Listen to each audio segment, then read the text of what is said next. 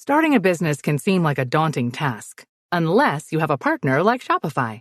They have the tools you need to start and grow your business. From designing a website to marketing to selling and beyond, Shopify can help with everything you need. There's a reason millions of companies like Mattel, Heinz, and Allbirds continue to trust and use them. With Shopify on your side, turn your big business idea into... Sign up for your $1 per month trial at shopify.com/special offer.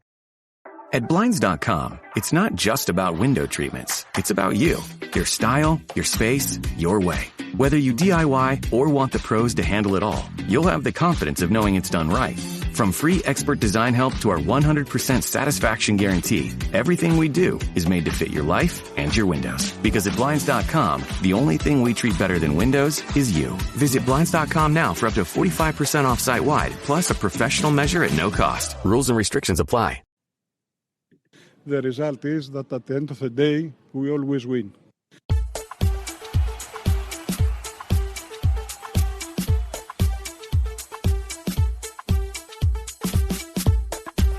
Hello and welcome to 1865, the Nottingham Forest podcast, the winners podcast. We are Nottingham Forest, we always win. My name is Rich Ferraro and I'm joined today by the Maradona of the Midlands for yet another one of our podcast extras. Maradona, we did say that we wanted to have a nice quiet summer off and it hasn't really worked out that way, has it? No, it's that afternoon when, I suppose it started with the Elanga transfer really. And then hot on the heels, the Gibbs White one, and the whole saga and the stress and the worry that caused. So yeah, it's not been the relaxing time we'd hoped for, but it's all good fun. It's what we're here for, isn't it? The soap opera of football, and especially Nottingham Forest. Indeed. So in today's podcast, we're going to talk a little bit about the signings that have come into the club. We are going to talk a little bit about the pre-season fixtures and how they're using that to prepare for the season coming up. And we'll also talk about rumours of other players who may be coming in and maybe even going out. And yes, we will have a little chat about the Morgan Gibbs White saga. Just before we do that, Maradona, just a quick word on the England women's victory in the Euros. Now, as somebody who's got school-age children, is it something that your kids are interested in? Yeah, I suppose so. Yeah, I guess so. I mean, I guess they were interested in the final. The other matches were in the evening, so they weren't that interested. It was past their bedtime for most of it. But yeah, on Sunday afternoon, everybody gathered round, not just my children, but mum and the good lady wife. They're also probably more into it than I was, I'd say. So yeah, well, and of course, the one thing that I will say is that it's making, seeing people who've got young kids and especially daughters, it's that this girl can thing, isn't it? There's nothing to stop you. If you want to play football, go and play football. And in fact, I was talking to a Scottish friend of mine who was saying that even her daughter has suddenly developed an interest in football at the age of 6 and is borrowing her big brother's football tops and is going out on her football camps now in a way that maybe she wasn't quite so interested a few weeks ago. And that's coming from Scottish people after England have won. So what does that tell you? So congratulations to the England women and Serena Wiegman. And also congratulations to Chloe Kelly for emulating Steve Cook with a nice bit of live swearing on the radio and TV. Let's move on, though, and let's talk about Forest's signings, because let's be honest, we're here to talk about Forest, aren't we? And we've already talked a little bit in previous podcasts about the acquisition of the two Brazilians, Igor Jesus and Jair Cunha. And they have joined the squad and they've played a little bit in pre-season. We've also, hot off the press, we've got a new player who's come through today. Enjoy yourself. It's later than you think. Yes, Dan and Joy has joined us from Bologna. This one's been a little while in the pipeline, hasn't it, Maradona? In the sense of there's been lots of speculation out there about the fact he's already signed, but it took until today. We're recording on Thursday, the 31st of July, for the club to make the official announcement. And now they have, they're milking it. But I haven't heard anyone use the dulcet tones of Prince Buster to announce the signing. So hopefully that's our little bit of innovation. Are you excited by this acquisition? I am actually. Yes, I am. I remember him playing at the Euros last year, and along with Mbolo, I was thinking at the time they'd be good signings for Forest. But of course, it was all pie in the sky then, because we were just a struggling lower table Premier League club, and I thought, well, there's no chance we'll ever get them. But players like that might be good signings for us. So now for us to actually do it, and sort of following on from the Milenkovic signing last summer, I think it's a really significant one, because it's coming from an established Serie A side. He's playing in the Champions League last season. There are other clubs after him. Napoli, when I heard Napoli were involved, I thought, well, we're probably not going to get him now. So it shows how far we've gone in and our stature now, that we can attract these sort of players, and they're really significant signings. So they're established international players, I'm really glad that he's joined. Yeah, and I mean, he's also one of those players who not only is the thing with wingers, and I guess we'll come on to this a little bit later on, but the thing with wingers is that they can have pace and they can have trickery, but have they got end product? And it seems as though Ndoye has got some end product to him. I mean, you, by the sounds of it, you've seen a lot more of him than I have, but certainly I've been told that his showreel makes impressive viewing in terms of being able to create chances, but also he's one heck of a finisher. So that's something that is certainly, if you're going to make signings, we've lost Elanga, but potentially we could upgrade in terms of getting other players who've got more end product by using that money wisely. Yeah, I mean, the one criticism that you could sort of point towards Elanga was that he probably should have scored even more goals and set up even more goals to match his pace. So I hope maybe Ndoye's not quite as fast as him, but if he can create more and when he gets into those opportunities, finish more, hopefully we've got an upgrade. Which is, it might be wishful thinking, but I hope is the case. Well, I mean, the other thing to point out is it's all about, with Elanga, we signed him for 15. Yes, there's sell-on clauses and all those kinds of things. So, but to still sell him for 52 means that we've made a hefty profit, and that's the game that every club that has to play that isn't in the big six, in terms of selling players on for a profit. So you make the money where you can and you reinvest it, and hopefully Ndoye will have an even higher ceiling than Elanga did. And I think as well, again, I think the signing of Igor Jesus is another one where we're kind of playing on potential. If he's able to have that brilliant end product, then it'll be a good investment. Now, the other signing that we have made and haven't reported on is this one's not been reported on much at all, actually, which is that Forest have signed Morgan Gibbs-White on a free transfer from Tottenham, who had acquired him. And I mean, it's one of those quietly acquired, but it could be another big signing for the Reds, couldn't it? Yeah, I mean, it's massive, just in terms of the self-esteem and the self-worth of the club and the fan base. I think we were all feeling a bit embattled those few days when Elanga went, and then it seemed like Morgan was going to go as well. It felt like the rug was being pulled from under us, and our achievements last season were all for nothing. So to put up a bit of a fight against Tottenham and hold on to Morgan is a tremendous thing, I think, and just gives us a bit of a swagger to match our glorious leader, Mr. Marinakis' swagger as a club, just to show other clubs that you can't push us around, and we're going to fight to keep hold of our best players, and we're going to build on what we did last season. We're not going. Hopefully, it's not going to be a one-season wonder. The result is that at the end of the day, we always win. Exactly.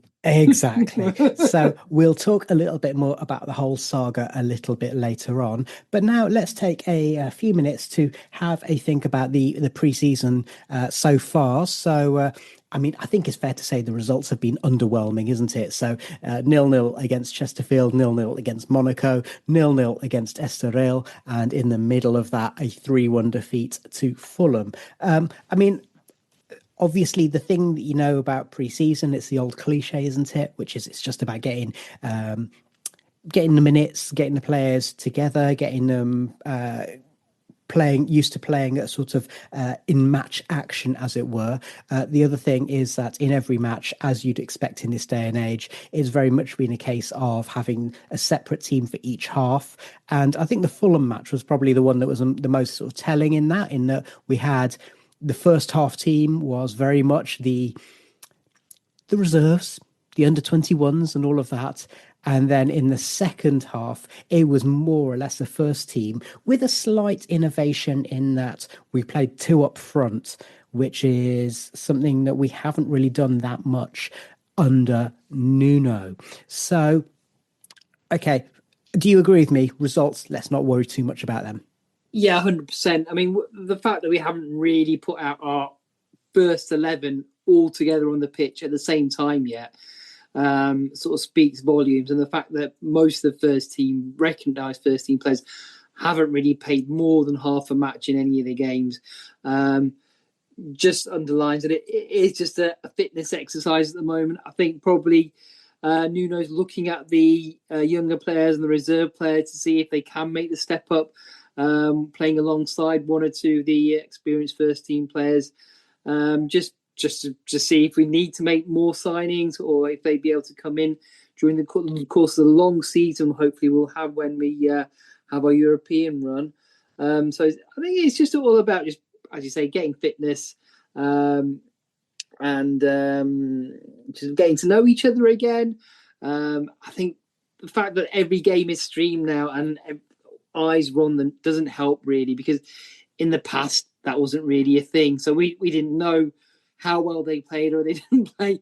And now everybody's got access to it, and they've got access to X or whatever to vent their spleens at a 0-0 draw against Monaco. So it's people just need to I think most sensible people know it doesn't really mean anything, and it's just a build up for the season proper when it starts. But I think people get overexcited on the old social media, don't they?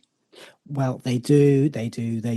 And of course, the next match coming up is just on, by the time you're hearing this, listener, it may well be tomorrow on Saturday, the 2nd of August, which is the Trevor Francis Memorial occasion against Birmingham City at St Andrews. And of course, Birmingham will be looking to kind of make an impression against Premier League opposition as they've invested so much money, and they'll feel like they're on the crest of a wave. That's followed on Tuesday by a match at the City Ground against Fiorentina, and then a match on the 9th of August against Al Qadsiya. I don't know if I've pronounced that right. Do you know if I've pronounced that right, Maradona? It looks about Al Qadsiya. Maybe, I don't know. I say potato, you say potato. So again, I mean, I would imagine that as we kind of roll along, we'll start seeing something that approaches more of a first team, maybe playing 60 minutes rather than 45, that kind of thing.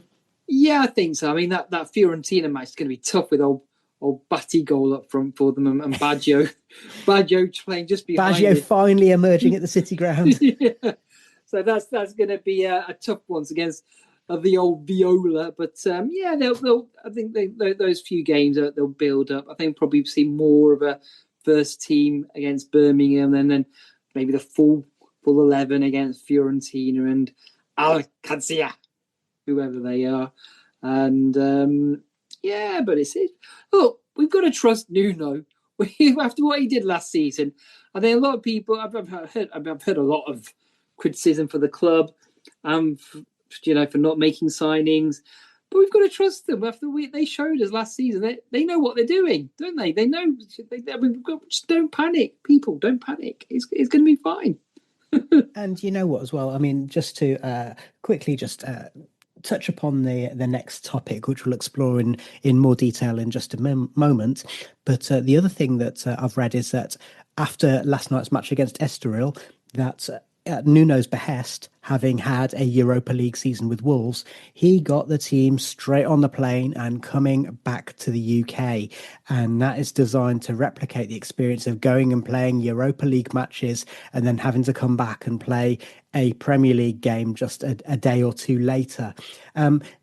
It's the kind of thing that, actually, when you mention it, it seems like a no-brainer, but I wouldn't have thought of it, would you? No, I wouldn't. I would have thought I would have extended my little break for another day, have a bit quick, a nice all-you-can-eat buffet breakfast in the morning and a quick swim before heading off to the airport. That's how I like to roll anyway. Well, I'll just point out for the listeners' benefit that Mrs. Maradona would be amazed if you even went overseas anywhere. So, anyway, right, we're not here to talk about that. What we will do is we will just have a little think about a few other bits and pieces. So in part 2, we'll talk a little bit more about potential signings coming in and out, and a little bit more about the way the club is handling things, including that Morgan Gibbs-White saga.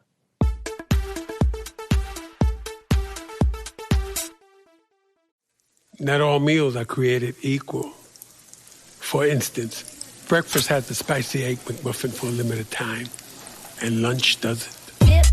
McDonald's breakfast comes first. Ba-da-ba-ba-ba.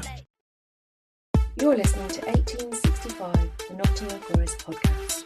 Welcome back to 1865, the Nottingham Forest podcast, with me, Rich Ferraro, and him, the Maradona of the Midlands. So just a few other rumours. There have been a few articles recently, Danny Taylor, John Percy, Paul Taylor, and a few highlights that we've been told is that it looks as though while Forest did apparently show some interest in Bakayoko, who's now gone to Leipzig, Nuno had his doubts.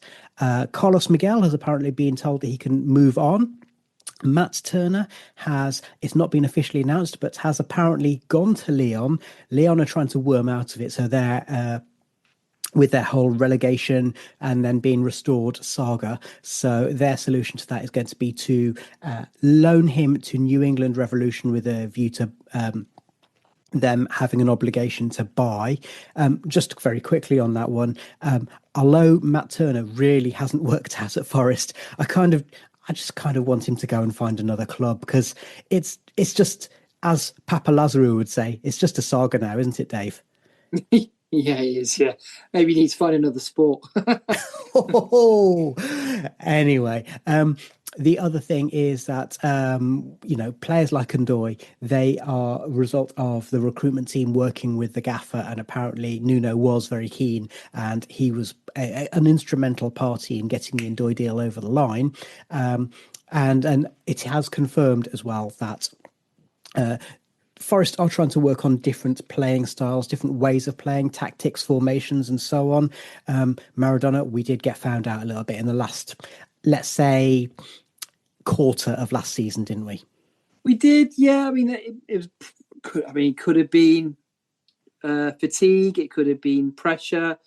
It could have been, other teams having worked it out. I think probably it was a combination of all three by the end of the season. But we were desperately needed another way of playing, because it was painful, that the Chelsea match especially, and the Brentford game as well, actually. Yeah. And in both of those cases, it was that thing of like, the first goal was so important in every Forest match last season, but those two, as soon as the opposition scored, whether it be in the early stages of the game or after half time, it's just like, there's no point even watching it. No. I mean, even in the good old days, having somebody like Jason Lee on the bench or Dele Adebola just to go stick him up there would have mixed things up. I was hoping desperately on that Chelsea game that they'd stick Murillo up there, but it never happened. Never mind. Hopefully they've learned from it, and they will have. Well, with Jesus straight away, we've got a different option. He plays in a completely different way from Chris Wood. There's a lot more holding up of the ball and bringing his teammates into it and running down the channel. So hopefully we've just by that one signing, we've done something gone some way to addressing that problem. And crucially as well, I would say that, we've got another striker who can play alongside another striker, whereas Taiwo and Wood, I mean, the few times that we've had them up front together, we might as well have been playing with 10 men. Yeah, or 9 men. I mean, yeah. I mean, but certainly having a striker who can play as a second striker. The other thing that we saw in the semi-final, I mean, we've touched upon this in a previous podcast, but we tried Callum Hudson-Odoi as a second striker against Man City in that semi-final, and it really, really didn't work. But he has been playing a little bit in the hole behind two strikers. So it's obviously thinking about different ways to try and make the most of the talent that you've got. We know that Hudson-Odoi's got the ability to make things happen, so it'll be good to see him doing something other than get the ball on the left touchline and cut in. Yeah, but he didn't stop doing that towards the end of the season. He goes us, but I think he was just struggling with injury. But yeah, he's certainly got the skill and ability. I think sometimes when he's playing in that central position, he doesn't necessarily have the belief and the confidence. That is the archetypal baller position, that number 10, where you just got to have 100% confidence that you're the best player on the pitch and you're the one who's going to make things happen. So I think him being a slightly timid individual at times doesn't necessarily help with that sort of thing. But maybe his confidence will grow now, and he's got blonde hair now. I'm sure that would help. Boost his confidence. I know it helps me. So it's why not? Yeah. And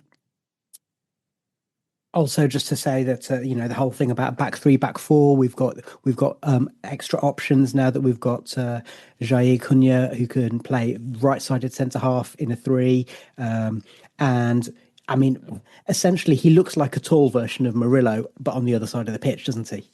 He does, yeah. And I think it might, having Murillo in a back three, we've got the two ideal fullbacks to do that in Aina and Williams, and with Murillo, we could bring back the libero. Yeah, he's got the ability to step into midfield and go even further forward if he wants to. Maybe this is the season when it comes back. Murillo stepping up and setting up a goal, doing a quick 1-2 with Gibbs White and running onto a ball into the box, smashing it in. Why not?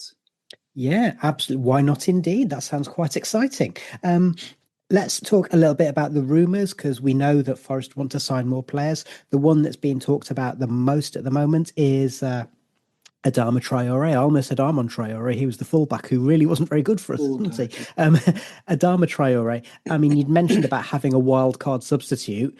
He strikes me as being an obvious candidate if we can get that over the line. Again, end product can vary wildly, but he absolutely scares defenders.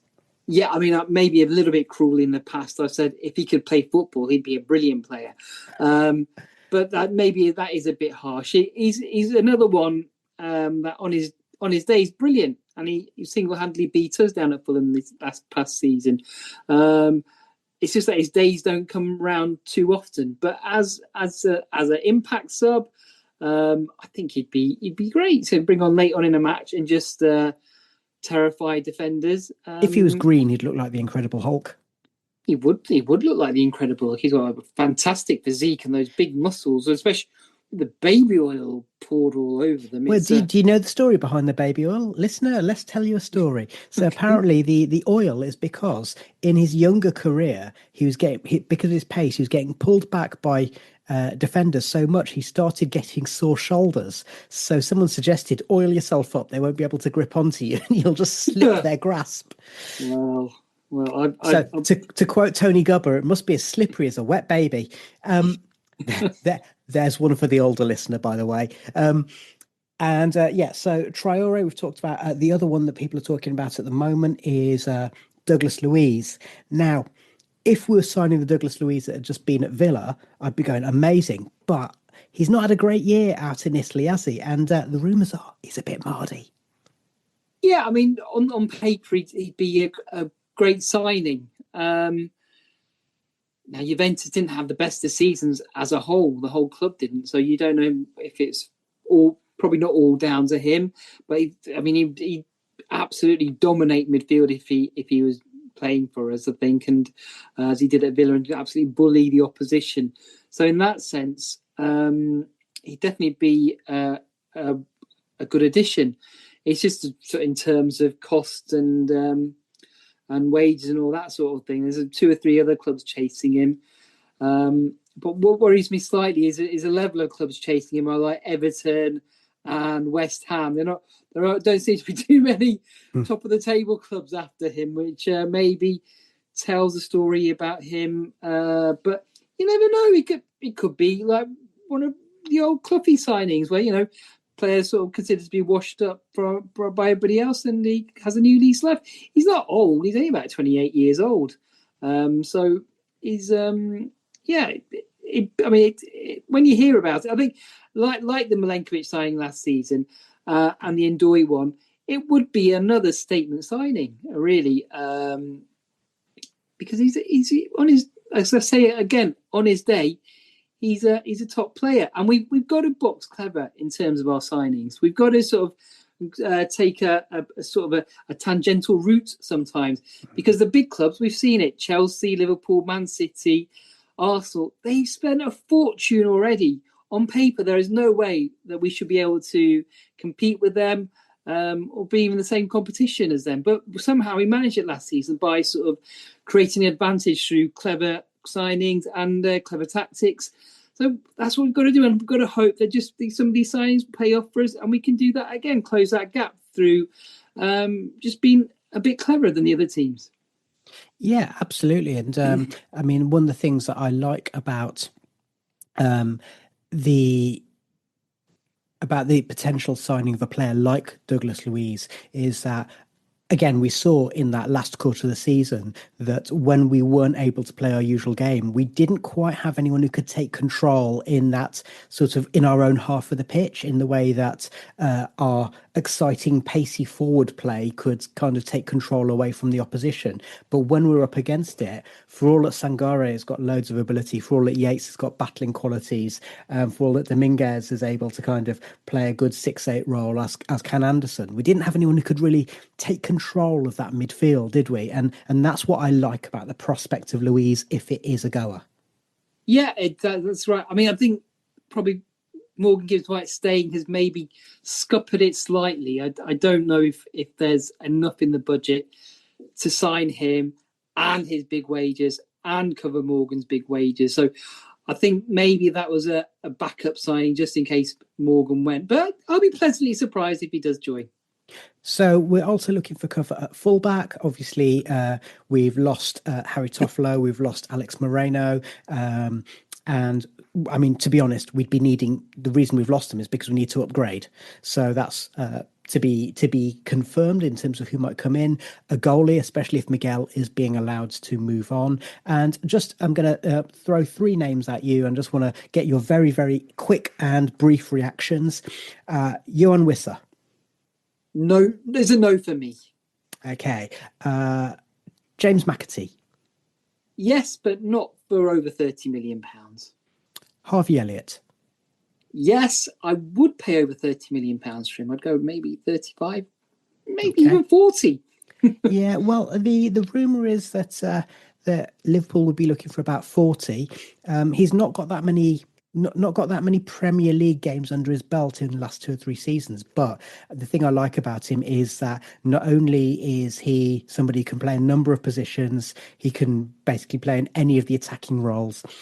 He can drop deeper as well if he needs to. But also, he's a grafter, so he will drop back and help out in the more defensive roles, and you can make things happen. That's the doubt that I have about McAtee. I think we saw with the England under-21s, McAtee, if he's playing well, he's brilliant, and if he's not, then again, it's effectively like being a man down, isn't it? Yeah, I mean, I think that Elliott's, I mean, he should be, because he's been playing first team football for 3 or 4 years longer than him. He's 3 or 4 years in advance of McAtee in terms of development, and you could really see it out on the pitch during that Euros tournament. I'm probably not the only one. I was probably every other Forest fan was sitting there thinking, oh, he'd fit in really well into the Forest team. McAtee, now that Morgan's staying, I can't see us signing him really. I don't see where he'd fit in. He's not an out-and-out pacey winger. He's not an out-and-out goal scorer. He doesn't have quite that physical presence that you need these days in the Premier League. He's an excellent technical player, but I think he needs to play a lot more football and show what he's like in not sort of a Man City team where they sort of dominate the ball all the time. In a team like ours, I'm not sure how much of an impact he'd have, but Harvey Elliott, I think, would be a brilliant signing if we can somehow pull it off. Yeah. Okay. And then last but not least, let's talk a little bit about the Morgan Gibbs-White saga. So I think the thing that I like about it is that Nuno had basically said, and other people at the club had basically said to Morgan, look, yeah, Tottenham have matched a release clause. If you want to go and speak to them, we can't stop you. But if you stay here, you'll be the main man. You'll be the main man in terms of your first name on the team sheet. You'll be the main man in terms of the fans. You'll be the main man in terms of your teammates in the dressing room. And apparently, let's be honest, creative players especially, attacking players especially, they love their ego to be massaged. If he went to Tottenham, he wouldn't be guaranteed a place in the team. He wouldn't be the main man. And I think that's probably swayed Morgan quite a lot. Yeah, I think, well, partly. I mean, it just goes back to what I was saying about the number 10 being sort of a player who has to be high on confidence and sort of quite full of themselves, really. And I think Morgan, as much as I love him, from what the things you hear about him, he is like that. He's uber confident human being. To the point of arrogance, yeah. Yeah, with 100% belief in his ability. I mean, the whole Tottenham thing, it didn't really. I mean, I think you're the same. But when I first heard Tottenham were interested, I wasn't worried at all because I thought there is no way Morgan's going to go there. And also I thought there's no way Tottenham are going to be able to afford what we'd want for him. And then half an hour later on the radio, they started saying Tottenham have said that they've agreed to deal with Morgan Gibbs. All they need to do is activate the release clause, which is a formality.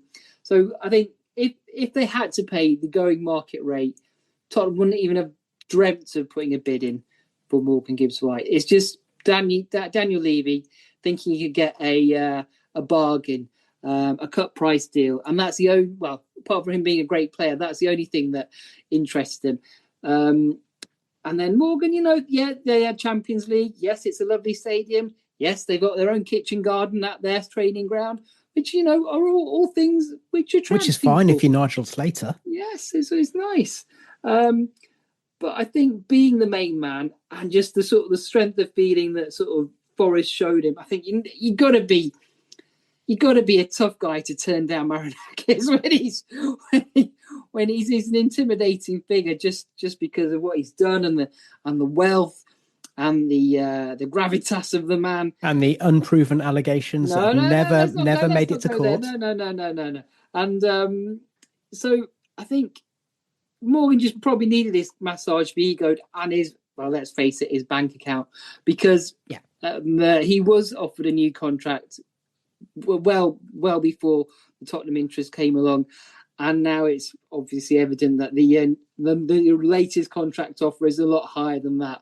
Yeah, I'd imagine he's at least doubled his wages, and of course that happened in the space of a half-hour conversation on the Saturday night. So you can imagine how that conversation went. Okay, I've talked about the Nuno part. Marinakis said of Gibbs-White, he's become a legend already, and we need to give a message to our supporters and the supporters of other teams in England and Europe that with legends, you need to treat them in an appropriate manner.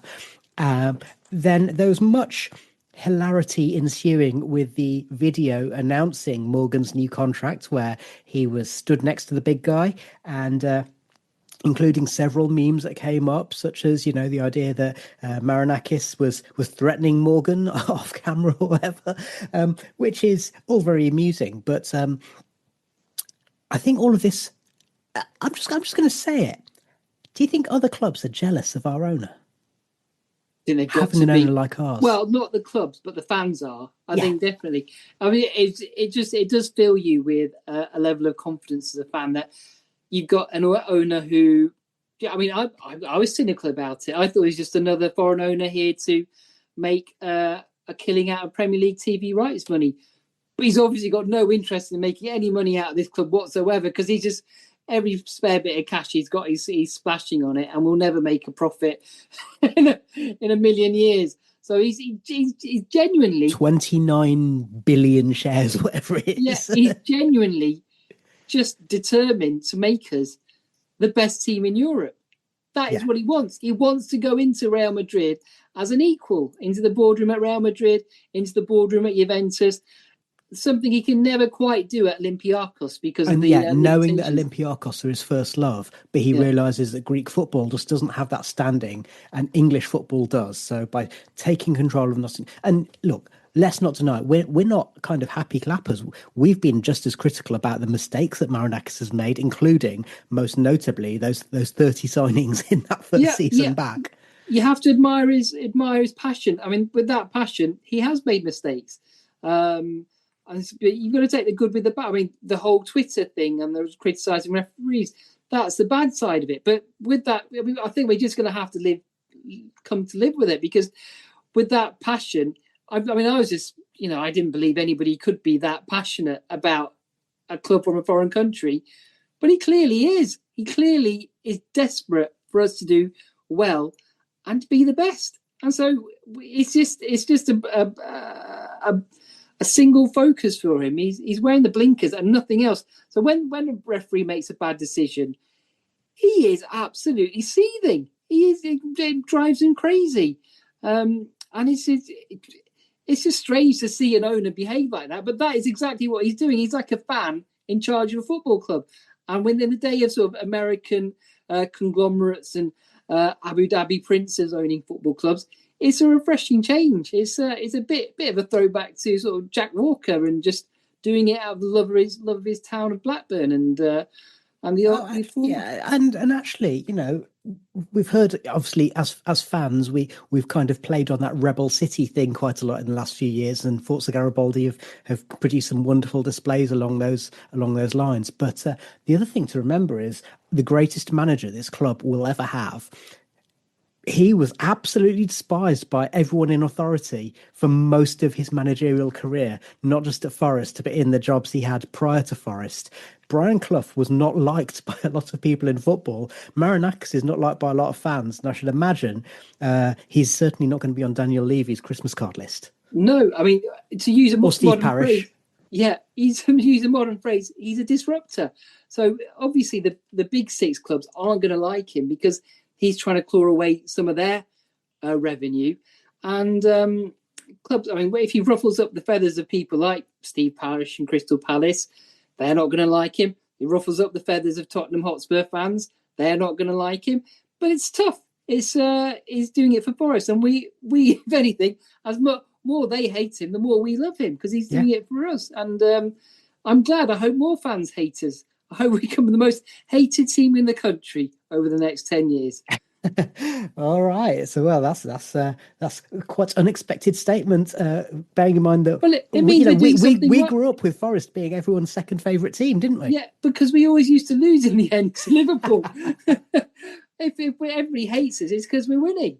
And that's a fair point. That's a fair point. And I will also just point out to anyone who's listening that if there's any Spurs or Palace fans listening, I know that obviously social media is not representative. TalkSport phone-ins are not representative of the fan base as a whole. But you know what? It's not our chairman's fault that you're not in the Europa League. It's not our chairman's fault the fact that you didn't sign Morgan Gibbs-White. It was your chairman's fault. And with that, I'm going to say thank you very much to the Maradona of the Midlands. Thank you very much for listening. We'll be bringing other bits and pieces towards you. Don't forget you can listen to our interview with Mark Crossley. Just go back in your feed on whatever your podcast listening app of choice is. And we will also be bringing you more player interviews. We'll keep up with the transfer action. We'll keep up with pre-season. And then before you know it, it's going to be time for our pre-season previews and then the season as a whole to get started. In the meantime, thanks for listening.